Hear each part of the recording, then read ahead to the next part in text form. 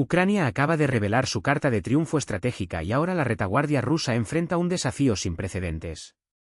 Mientras el Kremlin se apresura a reforzar sus defensas antiaéreas, una región dentro de la propia Federación Rusa amenaza con separarse de Moscú.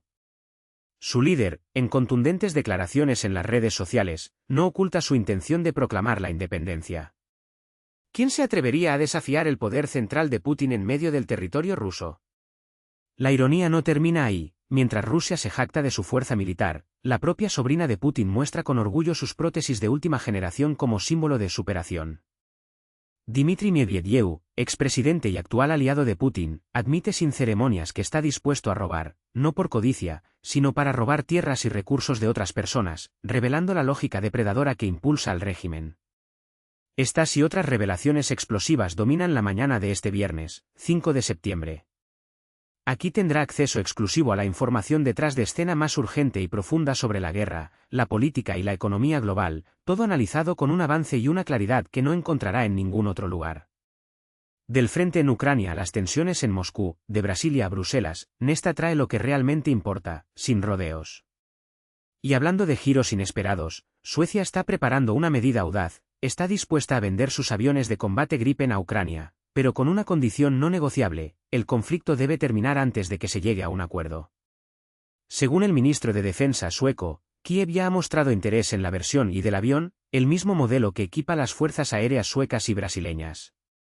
Las negociaciones avanzan, pero Estocolmo se mantiene firme: cualquier asociación será a largo plazo y solo será válida en tiempos de paz.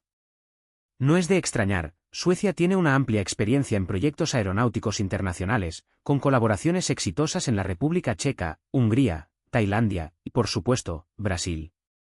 El tema no es nuevo. En marzo, Suecia ya había señalado la posibilidad de transferir el Gripen, pero se retractó en mayo para no obstaculizar la llegada de los F-16 estadounidenses. Sin embargo, en julio, un alto funcionario ucraniano admitió que Kiev había renunciado al Gripen porque lo consideraba incompatible con el F-16 en el mismo sistema de defensa. Aún así, la infraestructura ucraniana ya está preparada para recibirlos, según confirmó un representante de las Fuerzas Armadas del país. Además del Gripen, Kiev también está en el punto de mira de los Eurofighter.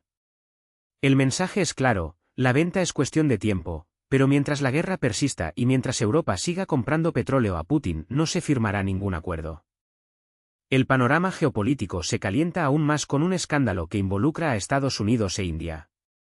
El presidente estadounidense fue directo: no habrá acuerdo comercial con Nueva Delhi mientras el país siga financiando la maquinaria de guerra rusa con compras de petróleo y armas.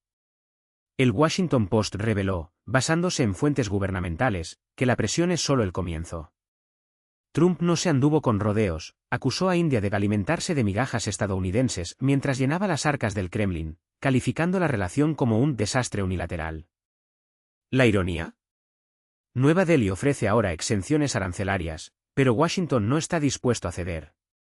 La guerra económica ya ha comenzado. Estados Unidos ha impuesto aranceles del 50% a los productos indios, desde textiles hasta joyas, y exige a Europa que adopte medidas similares contra India y China por su complicidad con Rusia. Para empeorar las cosas, una refinería india, parcialmente controlada por Rosneft, fue objeto de sanciones y vio paralizadas sus operaciones. Sin proveedores alternativos, la planta se vio obligada a reducir drásticamente su producción, dependiendo casi exclusivamente del petróleo ruso en agosto. Los pagos se han convertido en una pesadilla y los transportistas occidentales se niegan a tratar con el país. En una entrevista exclusiva, el analista Eugeniy Dobriak no tiene dudas: la postura de Arabia Saudita e Irak, que cortaron el suministro a la India. Es un mensaje claro, orquestado con la bendición de Washington. ¿El objetivo? Obligar a Nueva Delhi a volver a comprar petróleo de Oriente Medio, reequilibrando un mercado que, históricamente, siempre ha pertenecido a Asia. Desde que Estados Unidos se volvió autosuficiente en petróleo, el flujo que solía ir a Occidente se ha redirigido a Asia, y ahora Washington quiere revertir este juego. La presión no hace más que aumentar. En agosto, Trump firmó un decreto que impone aranceles del 25% a los productos indios vinculados a la reexportación de petróleo ruso. El mensaje es inequívoco: quien le compra a Putin está, directa o indirectamente, financiando la guerra en Ucrania. Mientras tanto, los Balcanes vuelven a ser un polvorín. Milorad Dodik, líder de la República Serbia, entidad que ocupa el 30% de Bosnia y Herzegovina, amenazó con declarar la independencia tras reunirse con el ministro de Asuntos Exteriores húngaro. Su acusación es grave: Occidente destruyó los acuerdos de Dayton, y si la presión continúa, la República Serbia seguirá su propio camino. La advertencia no es en vano. Dodikia fue condenado a 1 año de prisión por desobediencia a las autoridades bosnias y, en agosto, perdió su mandato presidencial. Pero sus palabras lo dejan claro: no hay intención de dar marcha atrás. Con más de 1 millón de habitantes, una eventual secesión podría hundir a los Balcanes en un nuevo ciclo de violencia. Y Ucrania nunca deja de sorprender. En una feria de armas celebrada en Polonia, la más grande de Europa, la empresa Firepint presentó 2 nuevas armas que podrían cambiar las reglas del juego: los misiles balísticos FP-7 y FP-9, así como un sistema de defensa antiaérea sin precedentes. El FP-7 es letal a medias distancias, con una autonomía de 200 kilómetros, una velocidad de 1500 metros por segundo y una precisión quirúrgica de 14 metros.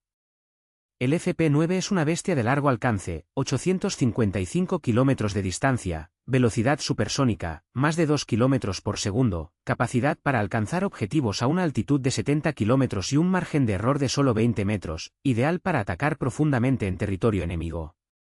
Pero Firepint no se detiene ahí. La compañía anunciará, a partir del 1 de diciembre, la producción de combustible sólido para cohetes en una fábrica en Dinamarca, cerca de una base de cazas F-35. Es la primera vez que una instalación de defensa ucraniana opera dentro de un país de la OTAN. Para cerrar con broche de oro, Rusia recurre a lo grotesco. El expresidente Dmitry Medvedev amenazó con confiscar activos británicos en represalia por el anuncio de Londres de asignar más de 1.000 millones de libras, procedentes de recursos rusos congelados, para ayudar a Ucrania. La lógica es perversa, pero típica del régimen: si no pueden ganar en el campo de batalla, recurren al robo institucionalizado.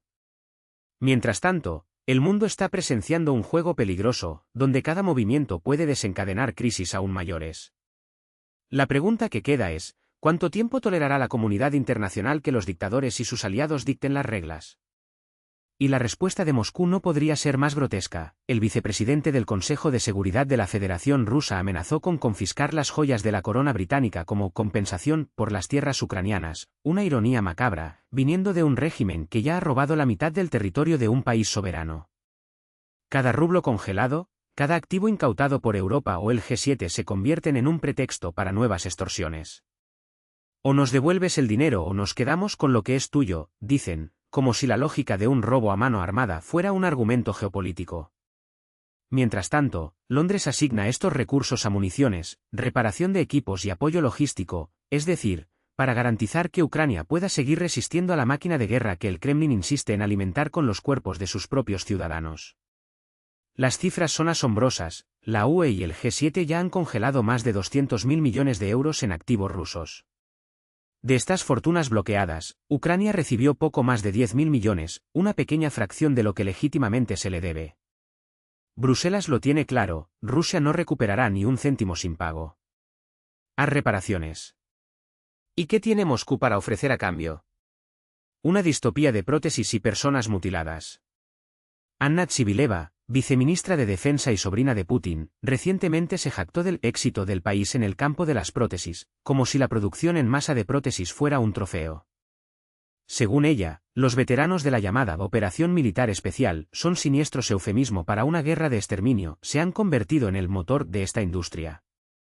Antes de la invasión, había 11,5 millones de personas con discapacidad en Rusia, abandonadas a su suerte. Ahora, con decenas de miles de soldados que regresan sin piernas, brazos ni rostro, el Estado finalmente se ha movilizado.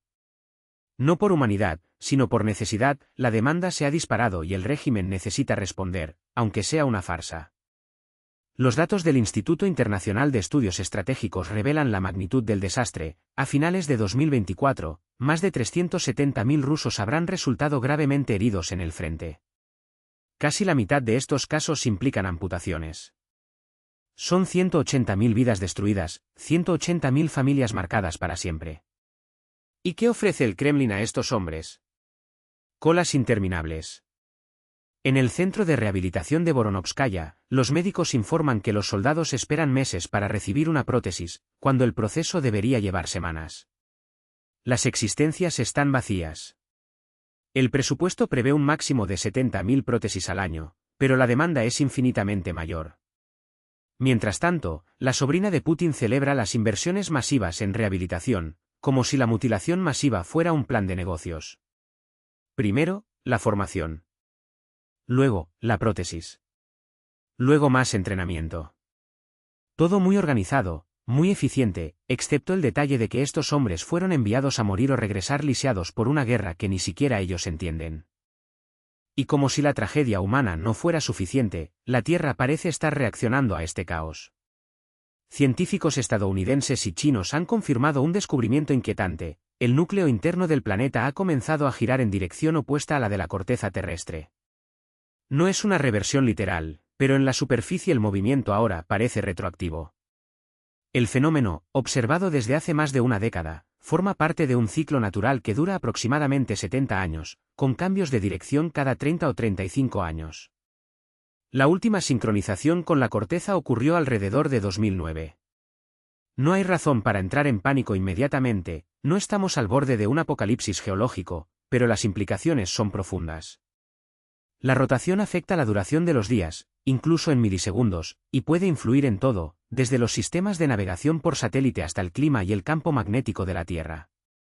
La Tierra no es una roca inerte. Es un organismo vivo, palpitante, y ahora su corazón parece haber cambiado de ritmo. Coincidencia o no, el planeta tiembla mientras la humanidad observa, paralizada, un régimen que ha transformado el dolor en moneda y la guerra en negocios. La pregunta que resuena es: ¿hasta cuándo vamos a fingir que esto es normal?